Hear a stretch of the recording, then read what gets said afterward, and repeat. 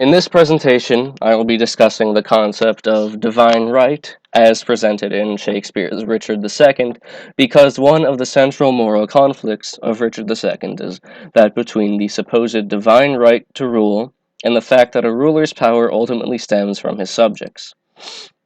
Shakespeare brings up the idea of divine right numerous times throughout the play, and he seems to offer a critical view on the mere concept.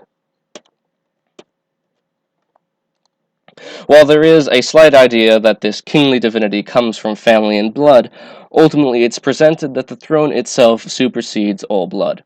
The crown is a divine appointment. For example, in Act 1, Scene 2, the Duchess of Gloucester tries to appeal to the fact that her late husband was of a sacred blood, but Gaunt makes it clear pretty quickly that the position of kingship supersedes the divinity of the family itself.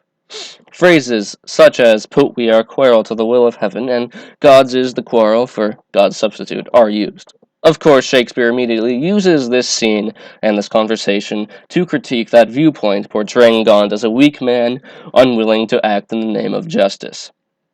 He sheds even further light on this fact in the next scene when Richard reduces Bolingbroke's exile. Since Bolingbroke was a favorite of the people, this highlights Richard's acute awareness that the will of the people was ultimately more important than any divine right he may have. Of course, this idea continues throughout the play, and it would be too much to cover all instances of it, but a more telling instance is Richard's speech in Act 3, Scene 2. The breath of worldly men cannot depose the deputy elected by the Lord.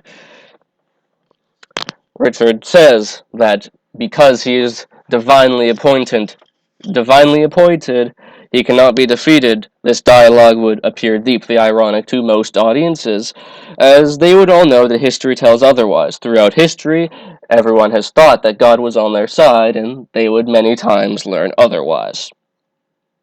Furthermore, at the end of the play, Henry, in realizing his own hypocrisy and guilt, pledges to make a pilgrimage to the Holy Land, to Jerusalem. This is, of course, a euphemism for a crusade. Even in real life, Henry IV had ambitions of carrying out a crusade to Jerusalem after he did in fact make a pilgrimage there earlier in his life. Nevertheless, in this context, it can be seen as a self-criticism of the idea that he is God's appointed solely by being king, and he needs to bring himself closer to God, to holiness, and to the heavens. This all begs the question of why. Shakespeare presents this clear critique and criticism of the idea of divine right, but why, in an Elizabethan-era play, did he feel the need to talk about this? There are two major possibilities. The first is that it was a political prediction. While Elizabeth was still queen, it was known that her time was probably coming to an end, and that King James VI of Scotland would soon be King James I of England. And even during his reign, merely as King of Scotland, James had some sort of obsession with the concept of divine right. He even wrote a textbook on it, and then another manual on the powers of king for his son. His theories, which were, of course, based on his understanding of the Bible, would eventually come to fore in England under his reign. It's possible Shakespeare was aware of this and cynically predicted what could come of a king who thought himself divinely appointed, trying to draw a parallel between Richard and James.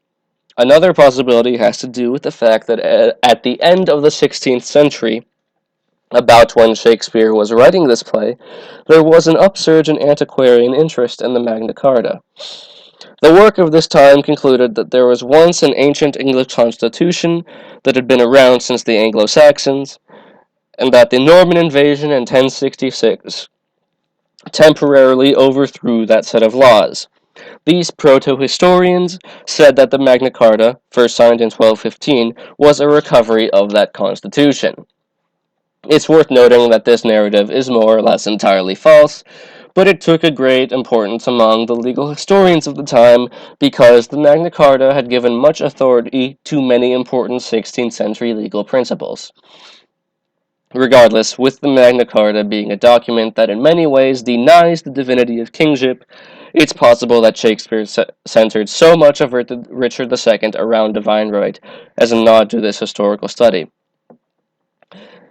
It's highly likely it was a bit of both of these, both cynically predicting and asking people to keep a critical eye on James's upcoming kingship, and also as a little nod to the historical study.